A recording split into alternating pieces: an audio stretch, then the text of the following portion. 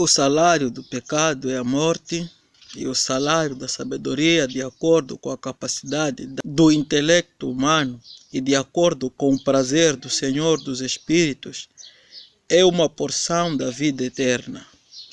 Enoque, filho de Jared, filho de Malaliel, filho de Canaã, filho de Emos, filho de Sete, filho de Adão. Assim sendo, Enoque foi filho do quatrineto de Adão.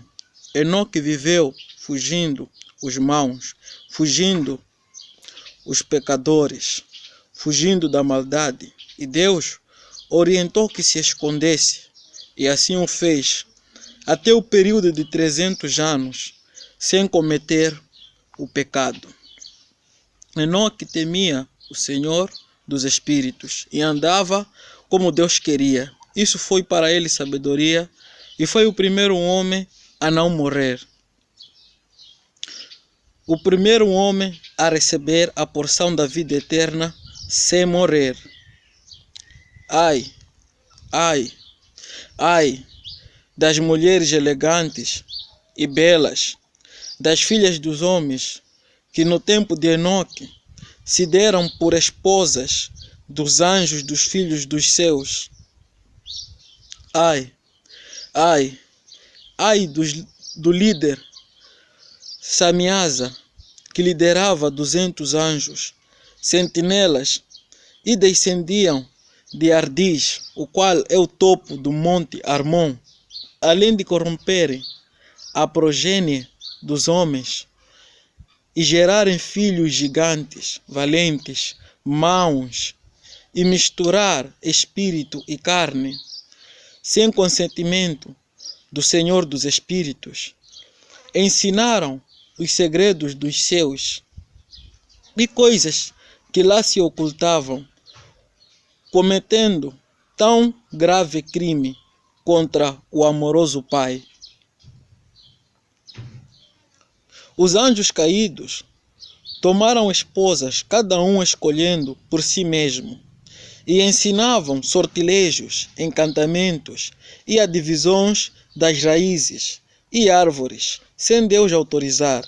E ainda hoje se verifica isso nos curandeiros, bruxos, feiticeiros, mágicos, e confundem a muitos dizendo: se Deus quis, ou se Deus quiser, façamos isso ou aquilo. Por que blasfemam contra o amoroso Pai? Não sabeis o nome dos anjos que ensinaram tais coisas, a saber, Uracabá, Ramiel, Aquibiel, Tamiel, Ramuel, Daniel, Aziquiel, Zaraquinial, Asael, Armes, Batraal, Anani, Zavebe, Sansaviel, Ertael, Turel, Yomuael, Araziel. Estes eram os perfeitos dos 200 anjos, e os restantes estavam todos com eles, cujos filhos se voltaram contra os homens. Os filhos que sobreviveram, crescendo em poder, de acordo com a sua grandeza. Além disso, Azaziel ensinou os homens a fazerem espadas, facas, escudos, armaduras ou peitorais, a fabricação de espelhos e manufatura de braceletes e ornamentos, e uso de pinturas e embelezamentos das sobrancelhas, o uso de todos os tipos selecionados de pedras valiosas e toda sorte de corantes, para que o mundo fosse alterado, aumentando e multiplicando impiedade, fornicação, transgressão, e corromperam todos os caminhos. Amazarac ensinou todos os sortilégios e divisões das raízes. Armeres ensinou os observadores das estrelas, astrólogos, Aquibiel ensinou sinais. Tamiel ensinou astronomia. Asaradel ensinou o movimento da lua. E os homens, sendo destruídos, clamaram, e suas vozes romperam os céus. A sabedoria não encontrou um lugar na terra onde pudesse habitar. Sua habitação, portanto, está no céu. A sabedoria saiu para habitar entre os filhos dos homens, mas ela não obteve habitação. A sabedoria retornou ao seu lugar e assentou-se no meio dos anjos. Mas a iniquidade saiu depois do seu retorno, a qual, de má vontade, encontrou uma habitação e residiu entre eles, como chuva no deserto e como orvalho na terra seca.